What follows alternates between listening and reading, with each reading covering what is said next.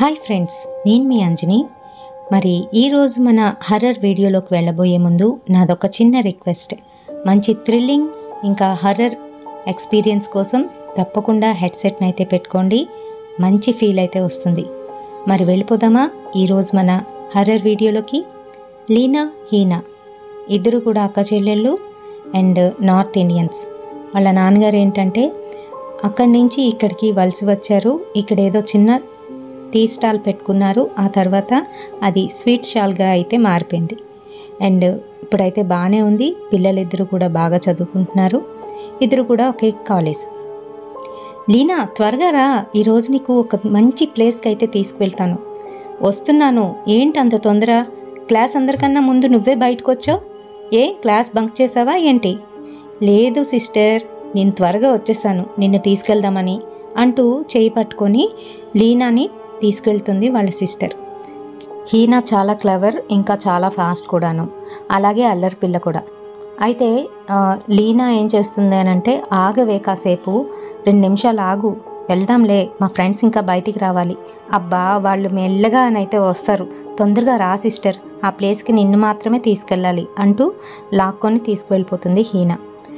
కొంచెం దూరం వెళ్ళిన తర్వాత అంతా చీకటిగానైతే కనిపిస్తూ ఉంటుంది లీనాకి.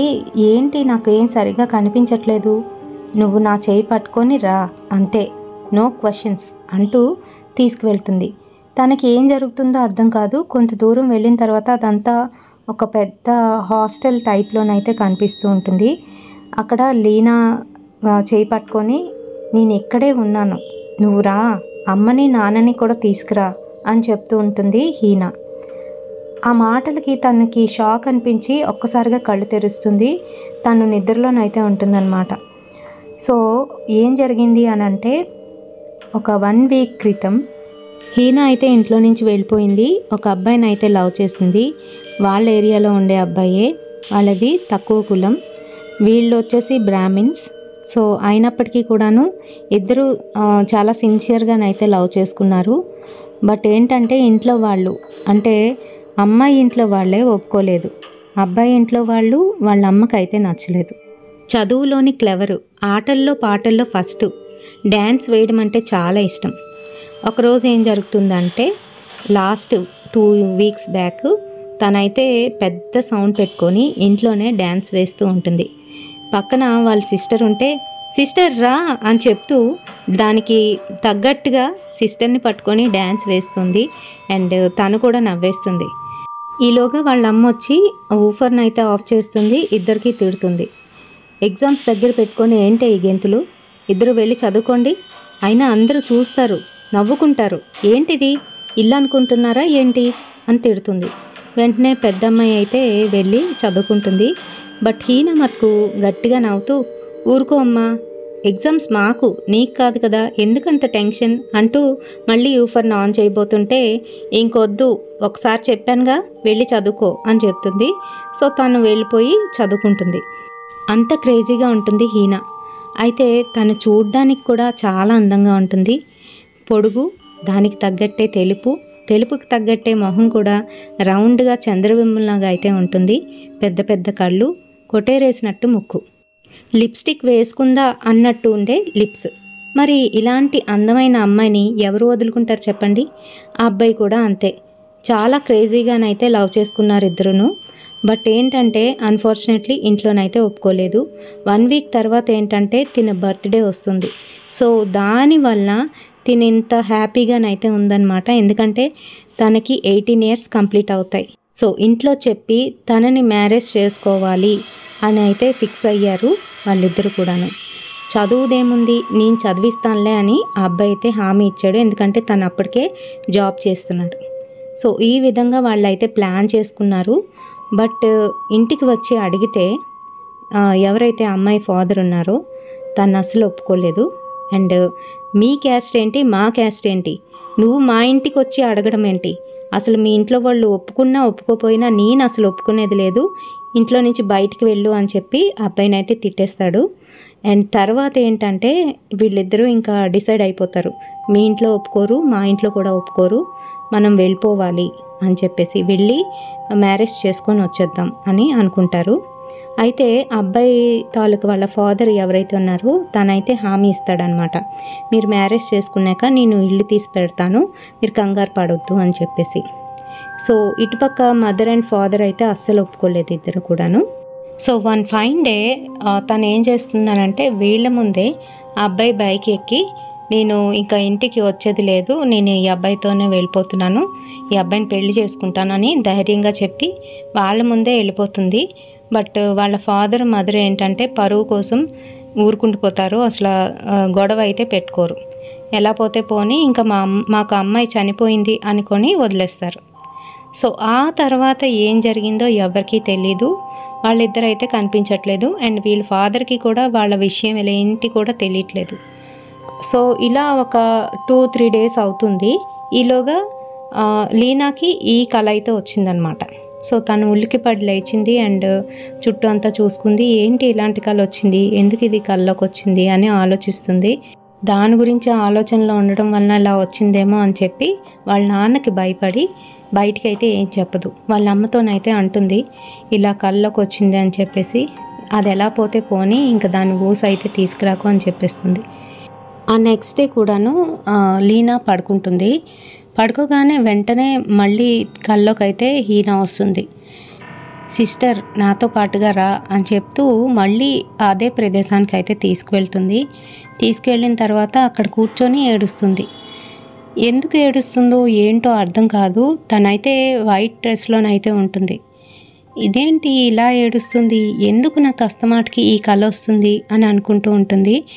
ఈలోగా తను లెగిసి చూస్తుంది. లెగిసేసరికి తన కాళ్ళ దగ్గర బెడ్ మీద ఒక పక్కన అటు తిరిగి కూర్చుంటుంది హీనా.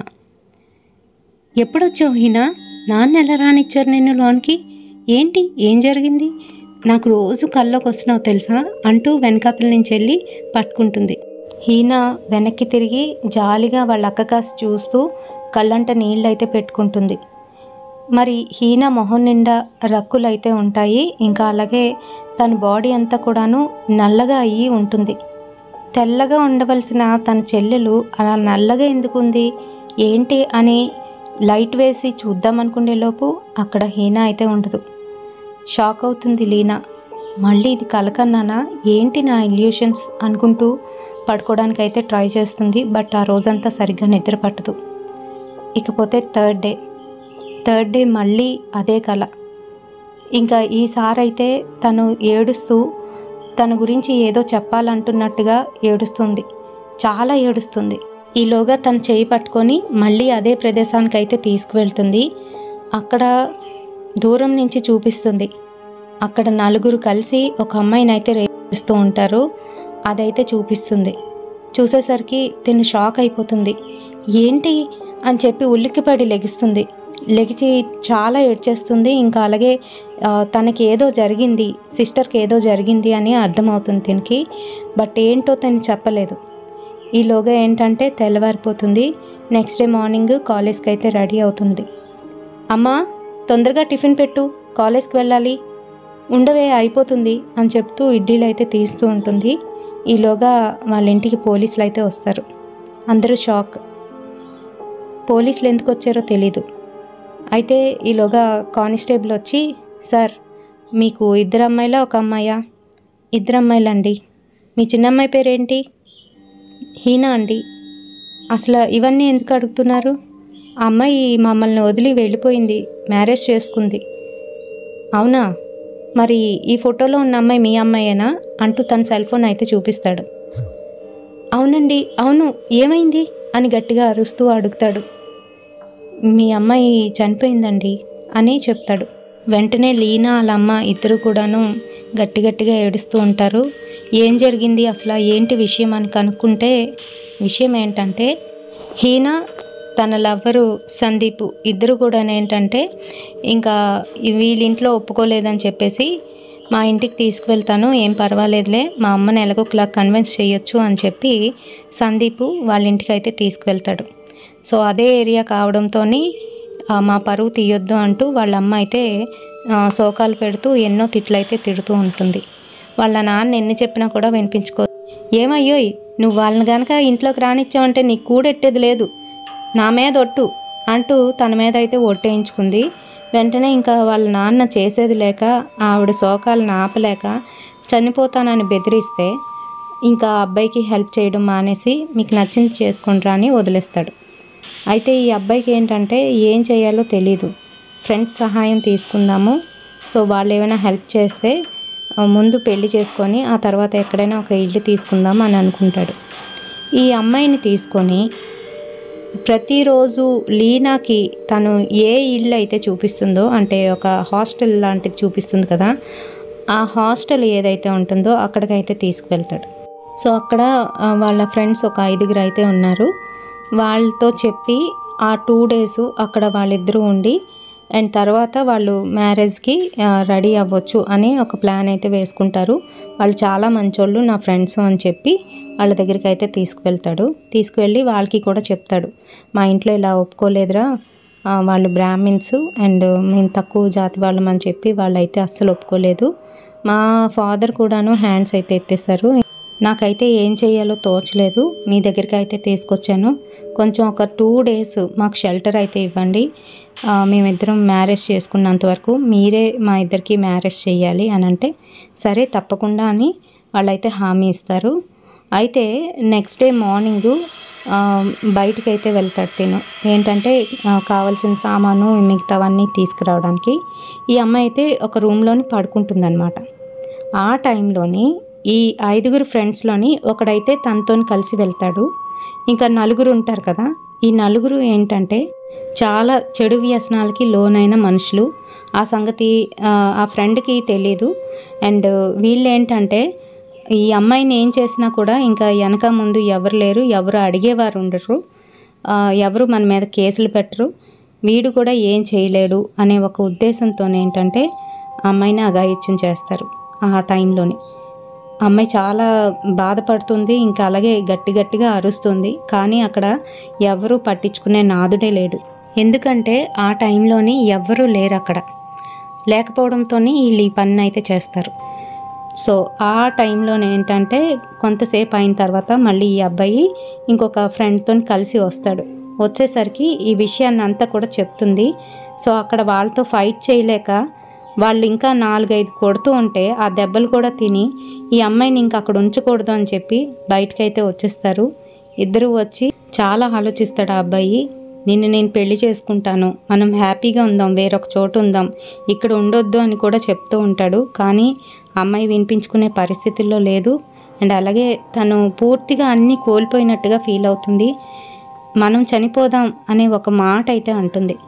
ఆ మాటకు కట్టుబడి ఇద్దరు వెళ్ళి ఒక డ్యాంలోనైతే దూకేస్తారు. ఆ డ్యాంలో దూకిన తర్వాత వాళ్ళ శవాలు అయితే తేలుతాయి మరొక చోట. సో అక్కడి నుంచి పోలీసులు ఇన్వెస్టిగేషన్ చేసుకొని వీళ్ళింటికి వచ్చేసరికి ఇంకొక 3-4 days అయితే పట్టేసింది. సో ఆ రోజు చనిపోయిన రోజు నుంచి ప్రతిరోజు కూడాను లీనాకి నైట్ టైము హీనా ఈ విషయాలన్నీ కూడా చెప్పడానికి అయితే ట్రై చేస్తుంది కళ ద్వారా. బట్ పోలీసులు వచ్చి ఇన్వెస్టిగేషన్ చేసిన తర్వాత వాళ్ళు ఈ సంగతి అయితే వాళ్ళ మదర్ అండ్ ఫాదర్కి ఇద్దరికి చెప్తారు. అండ్ అబ్బాయి వాళ్ళకి కూడా చెప్తారు. అయితే హీనా వాళ్ళ ఫాదర్ మటుకు మాకు పరువు పోతుందండి, మీరు ఎక్కడ కూడా ఈ విధంగానైతే చెప్పకండి, వాళ్ళిద్దరూ సూసైడ్ చేసుకున్న విషయం మాత్రమే మీరు బయటికి వచ్చేటట్టు చేయండి అని వాళ్ళ కాళ్ళ వెళ్ళ పడితే తప్పకుండా అని చెప్పి ఒక అమ్మాయి పరువు కాపాడడం కోసం ఆ విషయాన్ని అయితే బయట పెట్టరు. 1 month గడిచిపోతుంది. లీనా మీద ధ్యాసతోని ఇంట్లో వాళ్ళందరూ సిక్ అయిపోతారు. బట్ ఏంటంటే మరపు మనిషికి ఒక చక్కటి వరం అని అంటారు కదా, అదేవిధంగా మెల్లమెల్లగా హీనాని మర్చిపోవడం అనేది స్టార్ట్ చేస్తారు. ఎవరి పనుల్లో వాళ్ళైతే పడతారు, కానీ వాళ్ళ బిజినెస్ కొంచెం డల్ అవుతుంది. ఫస్ట్ నుంచి కూడాను హీనా వాళ్ళ లక్కీ చామ్ అనే అనుకుంటారు. ఎందుకంటే తను పుట్టిన దగ్గర నుంచి కూడాను వాళ్ళ నాన్న బిజినెస్లోని మంచిగానైతే అభివృద్ధి కలిగింది. ఆ తర్వాత తను ఎప్పుడైతే వెళ్ళిపోయిందో అప్పటి నుంచి ఇంట్లోని కూడా డల్ అయిపోతుంది. సో ఇలా అవుతుండగా 3 monthsకి వీళ్ళు మళ్ళీ ఇంకొక వార్త అయితే వింటారు. ఎవరైతే ఈ అమ్మాయిని ఇలా చేశారో అందులోని ఇద్దరు యాక్సిడెంటల్గా అదే డ్యాంలోని పడిపోయి చనిపోయారని తెలుస్తుంది. అయితే వీళ్ళు చాలా హ్యాపీగా ఫీల్ అవుతారు. వాళ్ళ అమ్మాయికి ఏదో విధంగా న్యాయం జరిగింది కొంచెమైనా అని అనుకుంటారు. అయితే ఇలా నెలలు అయితే గడుస్తూ ఉంటాయి. మరొక సంవత్సరం తర్వాత వీళ్ళు ప్రతి సంవత్సరం అమ్మాయి పేరు మీద అన్నదానం చేయాలని అనుకుంటారు. అది కూడాను ఓల్డ్ ఏజ్ హోమ్లో కానీ లేదంటే మెంటల్ హాస్పిటల్లో కానీ ఇలాగా ఏదో ఒక దగ్గర వీళ్ళు అన్నదానం అయితే స్టార్ట్ చేస్తారనమాట. సో అన్నదానం చేయడానికి వెళ్ళేటప్పుడు ఎవరైతే ఈ అమ్మాయిని ఇలా చేశారో అందులో ఒకడు అక్కడ కనబడతాడు వాళ్ళకి. వీళ్ళకి ఎలా తెలుసు అనంటే పోలీసులు వాళ్ళ గురించి పూర్తి వివరాలు అయితే ఇస్తారు వీళ్ళకి కూడాను. బట్ ఏంటంటే బయటికి రాకూడదు, అమ్మాయి పరువు పోతుంది, మా పరువు పోతుందని అక్కడ ఆపేసినా కూడాను దేవుడు శిక్షని ఏ విధంగా విధిస్తాడో అనేది ఇక్కడైతే మనకు తెలుస్తుంది. సో వాడైతే పిచ్చి అయిపోయి ఉన్నాడు అక్కడ. అయితే వాడికి కూడా భోజనం పెట్టి మా అమ్మాయి ఆత్మ శాంతి కలగాలి అని కోరుకుంటారు. సో ఆ రోజు నైట్ ఏంటంటే వీళ్ళు చాలా హ్యాపీగా ఉంటారు. ఎందుకంటే వాళ్ళ అమ్మాయికి ఈ రకంగా చేసి చావుకు కారణమైన వాళ్ళు ఒక్కొక్కరుగా చేస్తున్నారు, దేవుడు ఏదో ఒక విధంగా న్యాయం చేస్తున్నాడు అని అనుకుంటారు. అయితే పడుకోగానే లీనాకి మళ్ళీ హీనా కల్లోకి అయితే వస్తుంది. అక్క ఎలా ఉన్నావు అని అడుగుతుంది. తిను కూడా ఏంటంటే కంప్లీట్గా ట్రాన్స్లోకి అయితే వెళ్ళిపోతుంది. హీనా లేదు అనే విషయాన్ని అయితే మర్చిపోతుంది. హ్యాపీగా ఫీల్ అవుతుంది అనమాట, చెల్లెలు పక్కనే ఉంది అని. నేను బాగానే ఉన్నాను చెల్లి, ఏంటి ఇలా వచ్చావు, ఎక్కడికి వెళ్ళావు ఇప్పటి వరకు అని అడుగుతుంది. నాతో పాటు తీసుకువెళ్తాను రా అని చెప్తూ తనైతే ఒక దగ్గరికి తీసుకువెళ్తుంది. అక్కడ చూస్తే అదంతా డ్యామ్. మరి అక్కడ బైక్ మీద ఒంటరిగా ఒకడైతే వెళ్తూ ఉంటాడు. ఆ బైక్ మీద కూర్చోబెడుతుంది. ఇదేంటి ఎవరి బైకో మనం ఎక్కామేంటి, మధ్యలో ఎలాగెక్కాం అని అనుకుంటుంది లీనా. నువ్వు అలా చూస్తూ ఉండు అని చెప్తూ వాడి హ్యాండ్స్ని పట్టుకొని స్లిప్ అయ్యేటట్టు చేస్తుంది.